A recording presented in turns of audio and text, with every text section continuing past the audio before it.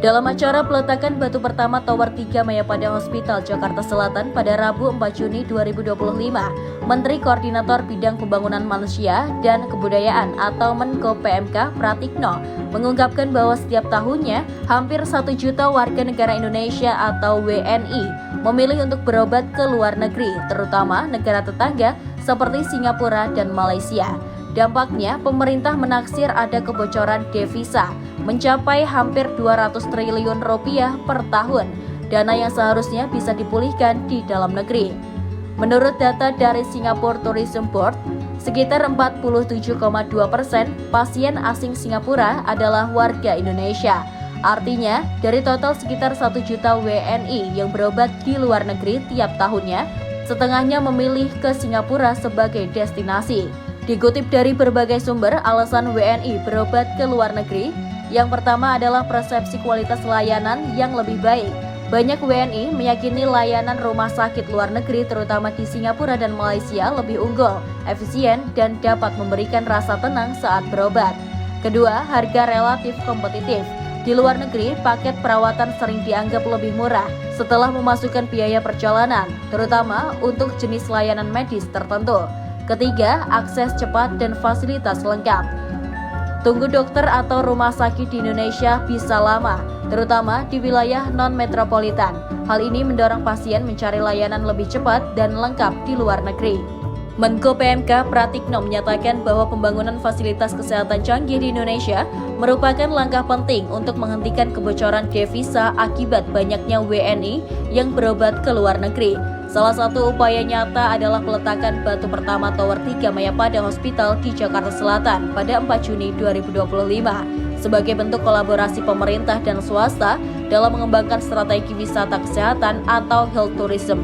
Selain itu, pemerintah juga meningkatkan layanan di daerah dengan merevitalisasi 32 rumah sakit tipe C pada 2025 dan menambah 34 rumah sakit tipe C pada 2026. Guna memperluas akses layanan kesehatan berkualitas. Pratikno menekankan pentingnya fitur teknologi robotik, AI, precision medis, bioinformatika dalam layanan rumah sakit modern untuk menarik pasien dari dalam negeri dan asing. Sasaran utama adalah menjadikan Indonesia bukan hanya melayani pasien lokal, tetapi juga sebagai destinasi wisata medis atau health tourism bagi pasien mancanegara. Peningkatan layanan diharapkan memikat pasien asing, sekaligus membendung arus pasien keluar. Tantangan utama dalam pengembangan sektor kesehatan di Indonesia adalah kesenjangan layanan antara kota besar dan daerah. Banyak rumah sakit di wilayah terpencil belum memiliki fasilitas memadai dan keterbatasan dokter spesialis menurunkan kepercayaan masyarakat terhadap sistem kesehatan nasional. Hal ini diperparah oleh lamanya waktu tunggu, ketidaktepatan diagnosis, serta kurangnya komunikasi antara dokter dan pasien. Meski begitu, peluang besar tetap terbuka. Kolaborasi internasional seperti antara Mayapada Hospital dan Apollo Hospitals India dinilai mampu meningkatkan transfer pengetahuan dan kepercayaan terhadap layanan medis lokal. Selain itu, daerah seperti Bali dan Pontianak memiliki potensi besar dalam pengembangan wisata medis yang menghubungkan antara pariwisata dengan layanan kesehatan berkualitas. Pemerintah menetapkan sejumlah langkah strategis untuk memperkuat sektor kesehatan nasional dan mengurangi jumlah WNI yang berobat ke luar negeri. Salah satunya adalah percepatan pembangunan dan sertifikasi rumah sakit berstandar internasional, termasuk akreditasi Joint Commission International atau JCI. Teknologi kesehatan canggih seperti robotik, kecerdasan buatan atau AI, dan precision medis juga mulai didorong penerapannya. Di samping itu, pelatihan serta intensif bagi dokter spesialis di daerah menjadi fokus untuk mengatasi ketimpangan layanan. Upaya lain mencakup penurunan biaya perawatan, peningkatan transparansi layanan, dan penguatan kerjasama antara sektor publik dan swasta, termasuk untuk pengembangan paket wisata medis. Pemerintah juga mendorong riset dan inovasi kesehatan dalam negeri guna memperkuat daya saing sistem kesehatan nasional.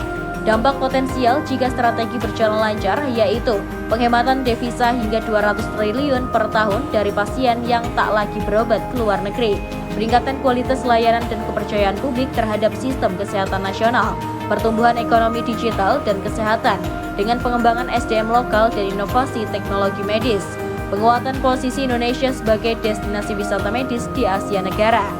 Menko PMK yang berbicara terkait dunia kesehatan ini menarik untuk dikulik. Berikut profil singkat dari Menko PMK tersebut. Profesor Dr. Pratikno lahir di Bojonegoro, Jawa Timur pada 13 Februari 1962.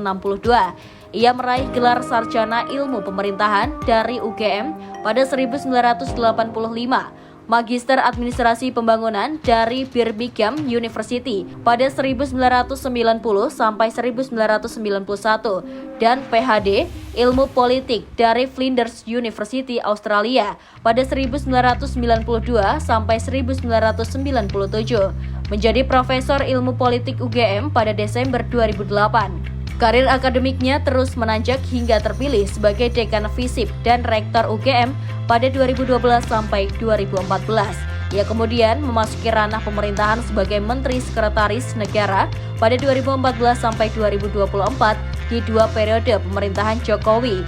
Pada 21 Oktober 2024, Presiden Prabowo Subianto mengangkatnya sebagai Menteri Koordinator Bidang Pembangunan Manusia dan Kebudayaan atau Menko PMK dengan fokus pada peningkatan SDM, kesehatan, pendidikan, dan kebudayaan. Fenomena 1 juta WNI berobat ke luar negeri dan kebocoran devisa hingga 200 triliun per tahun menjadi alarm serius bagi pemerintah. Langkah strategis seperti pembangunan rumah sakit canggih, teknologi kesehatan mutakhir, dan target menjadi destinasi medical tourism menunjukkan niatan kuat menahan arus pasien keluar dan membalikannya menjadi daya tarik medis global. Keberhasilan strategi ini sangat bergantung pada konsistensi investasi, integrasi teknologi, kualitas tenaga medis, dan membangun kembali kepercayaan pasien. Jika berhasil, bukan hanya devisa diselamatkan, tetapi sektor kesehatan nasional bisa menjelma kekuatan baru ekonomi dan riset.